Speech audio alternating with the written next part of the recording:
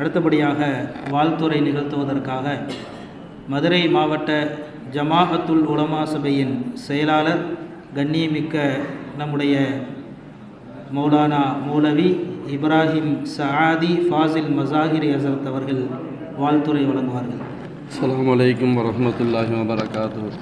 قالوا سبحانك لا علم لنا إلا ما علمتنا إنك أنت العليم الحكيم. ربي اشرح لي صدري ويسر لي أمري واحلل عقدة من لساني. اللهم صل على سيدنا محمد وبارك وسلم عليه. الحمد لله. மாணவர் சொற்பயிற்சி மன்றம் 38வது ஆண்டின் மன்ற நிறைவு விழா. ஓராண்டு நாம் கல்வியை கற்று வாரம் மன்ற பேச்சு என்றும் வைத்து நாம் சிறப்பான முறையில் பேசியிருந்தோம். அதனுடைய நிறைவு விழாவில் நாம் அமர்ந்தும் இருக்கின்றோம். விழாவிற்கு வருகை தந்த சிறப்பு பேச்சாளர்கள் கண்ணியத்திற்குரிய ஹஸரத் அவர்கள் என்னுடைய உஸ்தாதும் கூட. ஒன்னா சும்பரா மீசான் கித்தாபுடைய உஸ்தாது. இன்றைக்கும் வரைக்கும் ஹஸரத்தை கண்டாலே மனதில் ஒரு விதமான ஒரு பயம். ஹஸரத்துடைய தோற்றங்கள், ஹஸரத்துடைய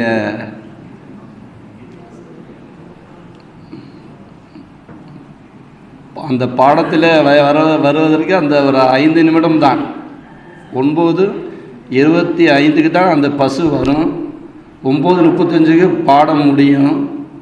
கடைசி வரைக்கும் அஜித் வருவாங்களா இல்லையா என்று பார்த்து கொண்டே அந்த இடத்துல பாடங்கள் வந்து மணலில் பாய் வைத்து கொண்டு அந்த பஸ்ஸை பார்த்து கொண்டே இருப்போம்.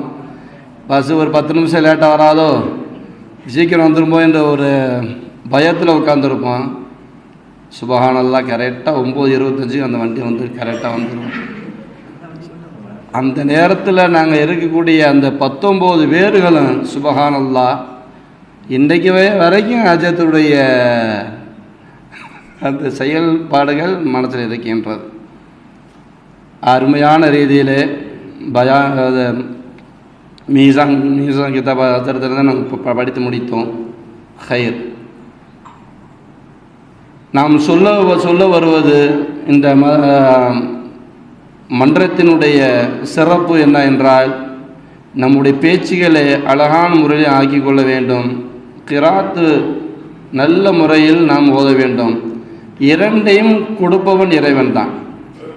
முயற்சி தான் நாம், வெற்றி என்பது இறைவன் தான். முயற்சி நாம் எந்த அளவுக்கு அதிகமான ரீதியில் எடுக்க வேண்டுமோ நாம் கண்டிப்பான முயற்சி செய்ய வேண்டும். ஆனால் இந்த இரண்டையும் விட நம்மளுக்கு ஒழுக்கம் மிகவும் ஒரு முக்கியமான ஒன்று. மன்லா அதபுலகு வலா இல்மலகு. ஒழுக்கம் இல்லை என்றால் ஒன்றும் இல்லை. ஒழுக்கம் என்பது நம்மளிடத்தில் கண்டிப்பான முறையில் இருக்க வேண்டும். ஆனால் உள்ளத்திலே இப்போ சமூகம் எதை எதிர்பார்க்கின்றது என்றால், ஒரு ஆலிமை எப்படி இருக்க வேண்டும், அவரிடத்தில் கிராத்தும் இருக்க வேண்டும், அவரிடத்தில் பயானும் இருக்க வேண்டும், அவரிடத்தில் ஒரு ஒழுக்கமும் இருக்க வேண்டும். இன்றைய காலகட்டத்தினுடைய சூழ்நிலை மிகவும் மோசமான ரீதியில் இருக்கின்றது. ஹதீஸ் ஆயத்து எவ்வளவுதே என்னாண்டு விஷயத்தை சொன்னாலும் அவர்களை மிஞ்சக்கூடிய அளவுக்கு இப்பொழுது ஆகிவிட்டார்கள். இந்த ஸ்கூலில் அந்த ப்ரீகேஜி, எல்கேஜி, ஃபஸ்ட் ஸ்டாண்டு என்றெல்லாம் இந்த ஸ்கூலில் ஆரம்பிக்கின்றது. பீச்சு ஆரம்பத்திலிருந்தே சிறு குழந்தைகள் மைக்கை பிடிக்கக்கூடிய அளவுக்கு இன்றைக்கு ஆகிவிட்டது. 1வது 2வது என்றால் அந்த ஸ்கூலுக்கு அவங்க ஃபீஸ் கட்டுவது 40,000, 50,000, 1 லட்சம் ரூபா கொடுத்து கட்டுவதனுடைய காரணம் என்ன? என் பிள்ளை சின்ன பிள்ளையிலே அது மைக்கு பிடிக்கின்றது, அது நல்ல முறையில் பேசுகின்றது. பேச்சாற்றுகளே இவர்கள் ஆரம்பத்திலிருந்தே அவர்கள் ஆக்கி கொண்டிருக்கிறார்கள்.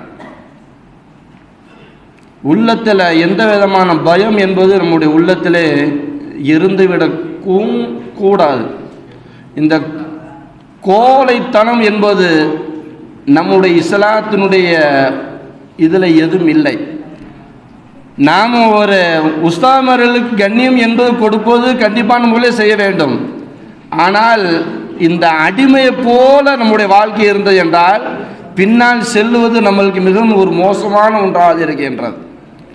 நாம் தன்னுடைய உடல் பயிற்சி என்பது நம்ம இடத்துல கண்டிப்பான இதில் வேண்டும். உலகத்தில் நம்மளுக்கு முன்னால் வாழ்ந்தவர்கள் அம்பேத்கர் இருக்கிறார், அம்பேத்கருடைய புஸ்தகங்களை நாம் எடுக்க வேண்டும். இன்றும் சுபாஷ் சந்திரபோஸ் இருக்கின்றார், அவர் எப்படி வாழ்ந்தார், அவருடைய விஷயங்கள்லாம் என்ன என்று நம்மளுடைய முன்னோர்கள் இருக்கக்கூடிய சஹாபாக்களுடைய வாழ்க்கையை நாம் எடுத்தால் மட்டுமே போதாது. இந்த உலகத்தை ஆண்டவர்களுடைய வாழ்க்கை வரலாறு நம்மளுக்கு முன்னால் வர வேண்டும். அதை பேசினால்தான் மக்கள் அது ரொம்பவும் ஒரு விருப்பத்தோடு அதை வாங்குவார்கள். ஒரே ஹதீஸ் ஆயத்தை மட்டுமே நாம் எடுத்துக்கொண்டோம் என்றால் அது முடியாத ஒன்று. உலகத்தில் ஆண்டவர்களுடைய விஷயத்தை நாம் உள்வாங்க வேண்டும். எப்படியெல்லாம் அவர்கள் வாழ்ந்தார்கள், எப்படியெல்லாம் இருந்தார்கள். இன்றைய ஸ்கூலில் இருந்து ஒரு 2-3 நாளுக்கு முன்னால் கூட ஒரு வாட்ஸ்அப்பில் ஒரு விஷயம் வந்துச்சு. இந்த ஏபிசிடிஎஃப் அந்த இதனுடைய விஷயத்தை அவருடைய கட்சியில் இருக்கக்கூடியவர்கள் முன்னோர்கள் என்னென்ன பாடுபட்டார்கள் அவருடைய பெயரை வைத்து ஏ என்றால் இன்னாலு, பி என்றால் இன்னாலு, சி என்றால் இன்னாலு, இதையெல்லாம் ஸ்கூலிலிருந்து அவர்கள் ஆரம்பிக்கின்றார்கள். காலம் மிகவும் ஒரு மோசமான காலம் இது.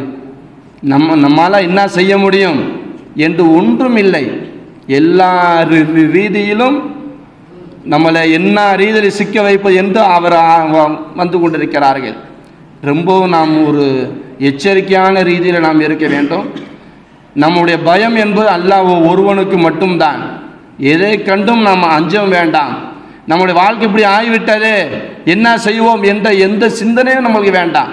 அல்லாஹ் நம்மளோடு இருக்கின்றான். எந்த பயம் இல்லாமல் நாம் இருக்க வேண்டும்.